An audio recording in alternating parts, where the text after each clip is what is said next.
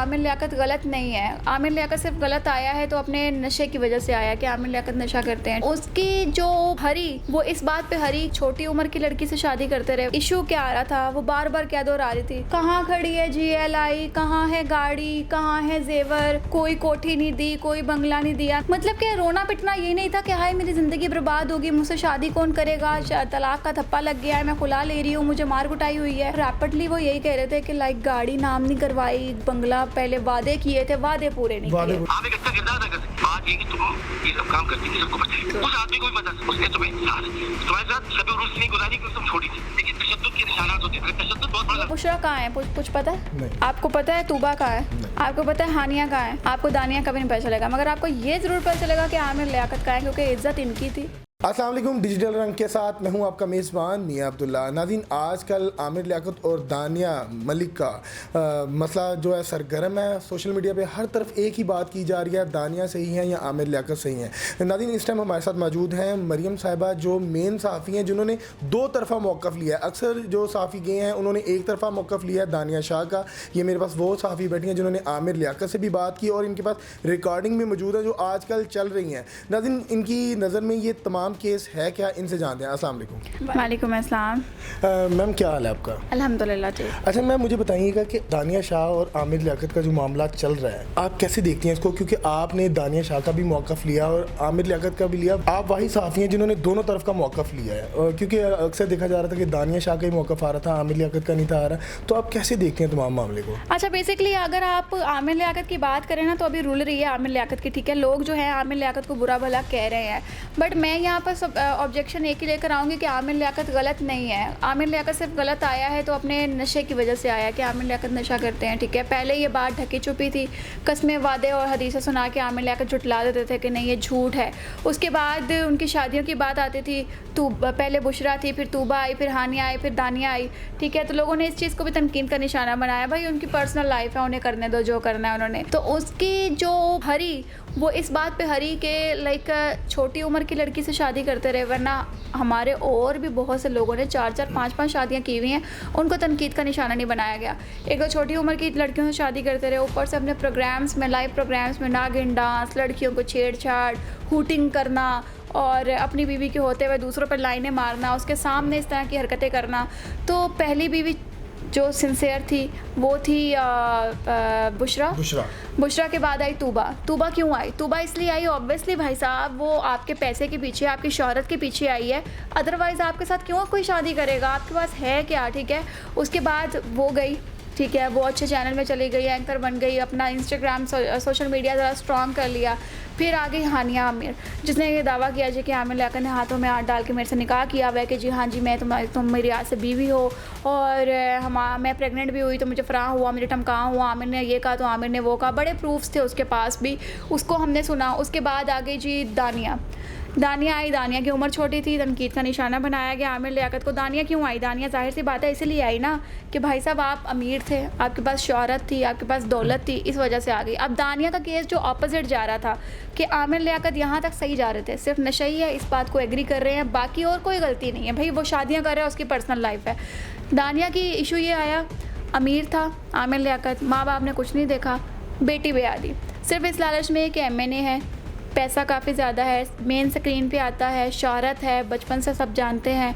अब उसकी आधी से भी आधी उम्र की लड़की से उनकी शादी की, सिर्फ इस लालच में। आगे जाके वो होता है ना, माँ बाप का चक्कर होता है कि लाइक जाएं और बच्ची के हाथ में ख़जाने की चाबी देते हैं कि ये लो जी आज से तुम्हारा हुआ, ये बंगला तुम्हारा हुआ, ये गाड़ी तुम्हारी हुई, ये कोठी तुम्हारी हुई, ये ज़मीनें तुम्हारी हुई, ये घर की सारी चाबियाँ, ये जेवर तुम्हारे हुए।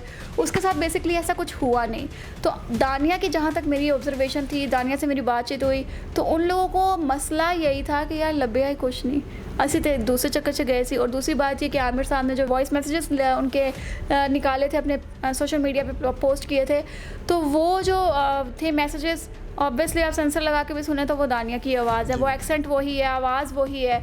बट मैं किसी लड़की के करेक्टर पे बात नहीं करूँगी, वो उनकी ज़ाती ज़िंदगी है, जो मर्जी करें, मुझे उनसे कोई कंसर्न नहीं है। हम लोग को एज अ मीडिया पर्सन उसको देखना है। तो उनको इशू बेसिकली यही आ रहा था, मार कुटाई, नशा, उनको इस चीज़ से कोई इशू नहीं था। इशू सिर्फ ये था कि हाथ कुछ नहीं लगा। उनको ये था कि हमारी बेटी जाएगी और पैसा मिलेगा, हमें भी खिलाएगी और ख़ुद भी खाएगी, लेकिन ऐसा कुछ हुआ नहीं। तो वो दानिया शाह की वालदा या घर वालों ने कहा कि अब वापस आ जाओ, हम फिर वही काम कर लेते हैं जो पहले कर रहे थे। बिल्कुल ऐसा ही हुआ है, क्योंकि जब उनकी एक आप बात कर रहे हैं मुझसे और बार बार आप अपना पिट नहीं रहे हैं कि यार मुझे डाइवोर्स हो गई है, मेरी ज़िंदगी बर्बाद हो गई है, छोटी उम्र है ना, हम मेच्योर ये चीज़ नहीं बर्दाश्त कर सकते, तो वो तो फिर छोटी सी एज है, मेरी भी आधी उम्र की वो बच्ची है। तो वो उसको लाइक इशू क्या आ रहा था, वो बार बार क्या दोहरा रही थी, कहाँ खड़ी है GLI, कहाँ है गाड़ी, कहाँ है जेवर, कोई कोठी नहीं दी, कोई बंगला नहीं दिया, मेरे नाम करवाता ना गाड़ी, मुझे देता ना गाड़ी, मेरे नाम पे नहीं थी, वो तो इंस्टॉलमेंट पे ली थी।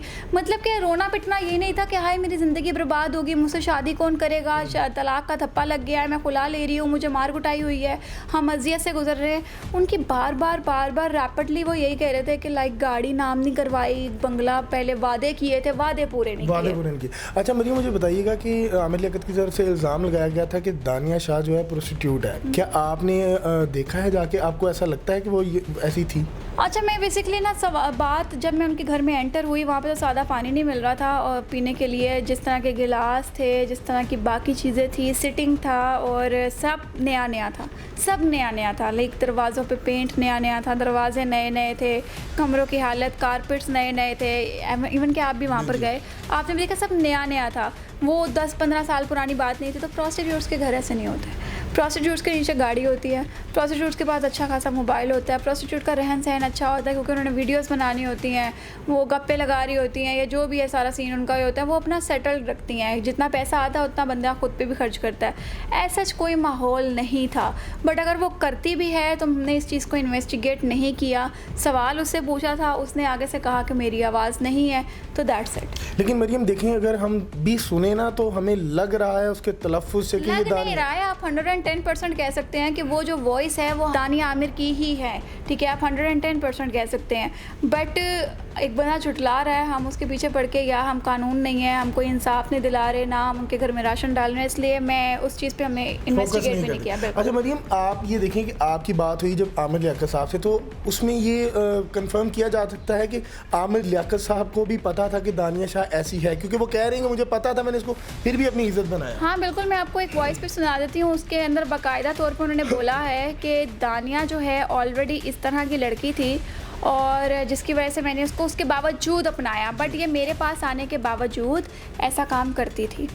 मेरी जो बात मैं आपको बताना चाह रहा हूँ, वजह कि हम खबरों में पढ़े, आप एक अच्छा किरदार अदा कर सकती है, मुख्य बात मैं बता, आप ये देखो बेटा, बात ये कि तुम ये सब काम करती थी, सबको पता है, उस आदमी को भी पता था, उसने तुम्हें सहारा दिया, उसने तुम्हारा हाथ थामा, उसने तुम्हारे साथ सभी उर्स नहीं गुजारी क्योंकि तुम छोटी थी, ठीक है, तुम्हें ये बात पता है। उसने मुझे वो मैसेज सुनाए जिसमें आपने कहा था कि मेरा तुम्हारे करीब आना तुम्हें कैसा लगता है। जी जी, मेरी बात सुनिए, तो आप कहेंगे तुम कुछ नहीं, उसने तुम्हारे हाथ तक नहीं लगाया, और तशद्दुद के सारे देखिए, तशद्दुद के निशानात होते हैं, तशद्दुद बहुत बड़ा। बेसिकली वो कहना चाह रहे हैं कि लाइक मैंने तुम्हें हाथ तक नहीं लगाया, मारना तो बहुत दूर की बात है, और वो पहले गलत काम करती थी, ये मुझे पता था, मगर मैं उसे सही रास्ते पे लाना चाहता था, जिस वजह से ये सब कुछ हुआ है, और वो पैसा ना मिलने पर वो गई है। अच्छा, इस ऑडियो में एक और बात हुई कि जब आपने उनको बोला कि मैं आपकी वीडियो देख के आई हूँ, आपने तमाम स्केच उनको समझाया और वो समझ गए, फिर आपने बताया कि आप नशा कर रहे हैं।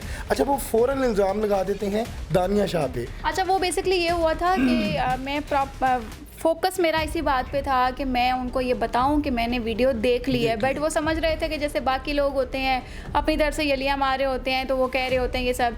तो मैंने फिर वो थोड़े से कान उनके खड़े हुए, इवन के मैसेज पे भी बात हुई थी, तो ही सेड के लाइक कैसी वीडियो कैसी है। मैंने उन्हें बताया कि आप बेड के पास नीचे बैठे हुए हैं, आपके हाथ में ड्रग्स की प्लेट है, आप ड्रग कर रहे हैं, और आप शर्टलेस हैं। ये 3-4 अल्फाज मैंने बोले, और आगे से पहले तो वो कहते रहे आपने यकीन कैसे कर लिया, आपने यकीन कैसे कर लिया, मेरा टेस्ट करवाएं, 24 घंटे के अंदर अंदर टेस्ट सामने आ जाएगा, मैंने तो शराब को हाथ नहीं लगाया, कोकेन ऐसे पी जाती है, ये है वो है।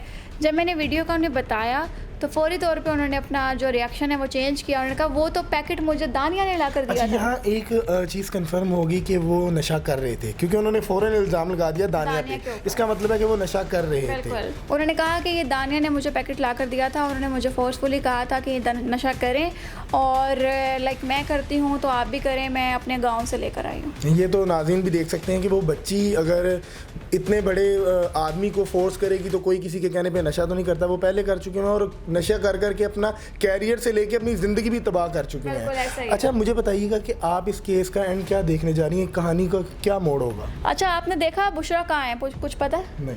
आपको पता है तूबा कहाँ है? नहीं। आपको पता है हानिया कहाँ है? नहीं। आपको दानिया कभी नहीं पता चलेगा, मगर आपको ये ज़रूर पता चलेगा कि आमिर लियाकत कहाँ है, क्योंकि इज़्ज़त इनकी थी, लोगों ने रिस्पेक्ट इनको दी थी। वो तो एक आम लड़कियां थी, ठीक है, वो साइड पे हुई हैं, बदनाम किया, सब कुछ हुआ। केस का अगला पहलू जो आएगा वो Aamir Liaquat within 1 year या 2 ईयर्स ख़त्म हो जाएगा। मैम देखें कि एक आमिर लियाकत बहुत बड़ा नाम था, मजहबी स्कॉलर थे, और जब भी कभी आमिर लियाकत का नाम आता था तो हमारे जहन में आलिम ऑनलाइन रमज़ान ट्रांसमिशन आ जाती थी। लेकिन ये 3-4 दिन से जब भी आमिर लियाकत का नाम आ रहा है हमारे जहन में वो वीडियोज़ आ रही हैं जो उनकी लीक हुई हैं। हमारे जहन में अभी से नहीं आ रहा। बेसिकली मीडिया पर्सनालिटी के होने के आप भी ये चीज़ देख सकते हैं कि हम लोग बहुत देर से ऑब्जर्व कर रहे हैं, मगर अभी ये हकाइक खुल के सामने अभी आए हैं। तो अब आमिर लियाकत ख़त्म हो चुके हैं। ये कोई भी इस्लामिक अगर प्रोग्राम करेंगे तो वो शुगल मेले के लिए करेंगे, जैसे कि हरीम शाह ने जैसे ही पता चला रमज़ान ट्रांसमिशन करने जा रही हैं, सब ने थू थू की कि हरीम शाह को दे दिया हरीम, बिकॉज एवरीबडी नोज़ कि इस तरह की छोरी हरकतें करती हैं ये वो, तो किसने देखना है रमज़ान ट्रांसमिशन? तो वो देखेगा ना जो इंसान इस्लाम से बहुत ज़्यादा जुड़ा हुआ है, उसने इस्लामिक पॉइंट ऑफ व्यू से बातें सुननी है, तो बातें वो करे ना जो इस पर अमल भी कर सकता है। नशा इस्लाम में हराम है और वो नशा करते हैं, इस चीज़ को एग्री हो चुका है, वो खुद भी मान चुके हैं। अगर किसी को नहीं यकीन आता, मैं बैठी हुई बाकायदा तौर पे आमिर लियाकत की वॉइस जो है वो मैं सुना सकती हूँ, जिसमें उन्होंने एग्री किया है कि हाँ मैं नशा कर रहा हूँ, मगर वो मुझे दानिया ने ला कर दिया। मैम लास्ट में जाते हुए आपसे एक सवाल करना चाहूँगा। आपकी एक मीम्स आजकल बहुत वायरल हो रही है, दानिया आपका नाम क्या है?